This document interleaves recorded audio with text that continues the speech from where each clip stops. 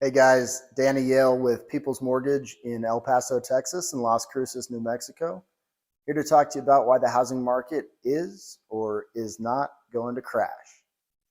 So, it's a question I get often. People looking to buy homes, they want to know if they're about to make a smart investment or if they might be making a really risky investment. And unfortunately, I can't tell the future.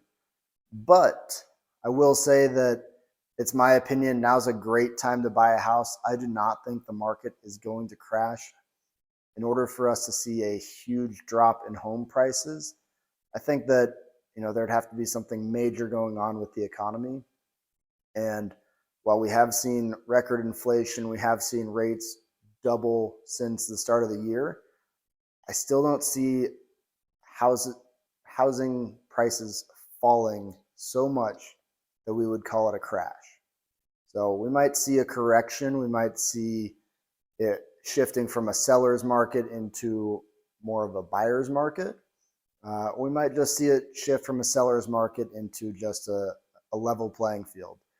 But those are not bad things. That's great for buyers, great for people who have uh, been in the market to buy a home, but unfortunately have been beat out because they aren't willing to pay over appraised value. Well, now's a great time to get back in the market if that explains your situation over the past couple of years. Sellers are not getting the offers that they used to.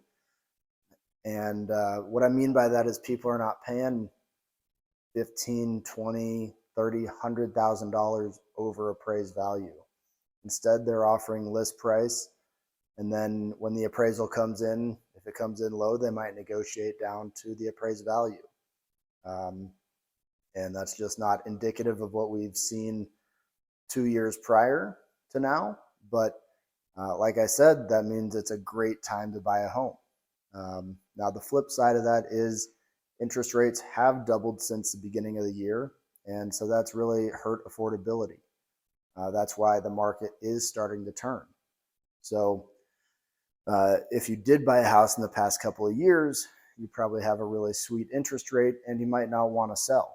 And that's exactly why I don't think we're going to see the housing market turn on its head and go to, a 30% drop in value, because folks who have purchased in the past couple of years and do have that great interest rate, they're going to be hard pressed to sell their house for, 5 or 10% gain and then go buy something that's more expensive and get a higher interest rate, which means their monthly payment might be 150% of what it once was.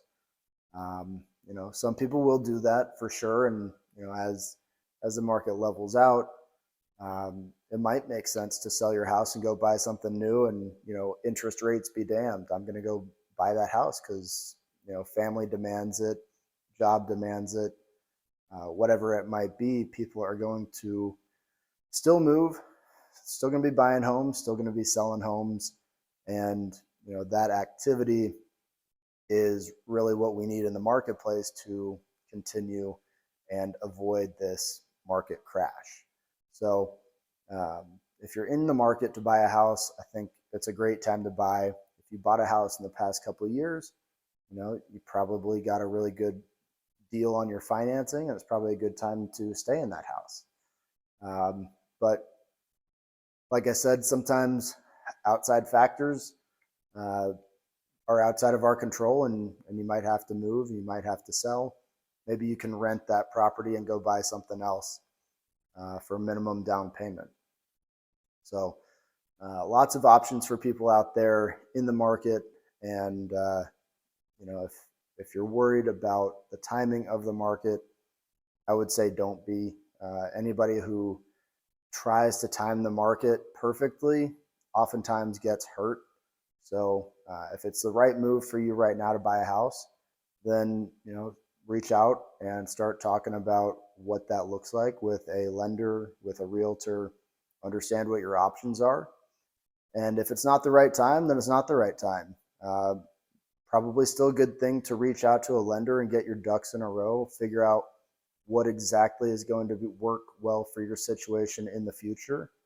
and make sure that you're optimizing your lifestyle to have the right amount of savings, have the credit score in the right place, have your liabilities down low so that you can be flexible and buy whatever kind of property you want and get the best financing for that property when the timing is right. All right, so those are my thoughts, guys. Thanks for joining, and I hope to talk to you soon.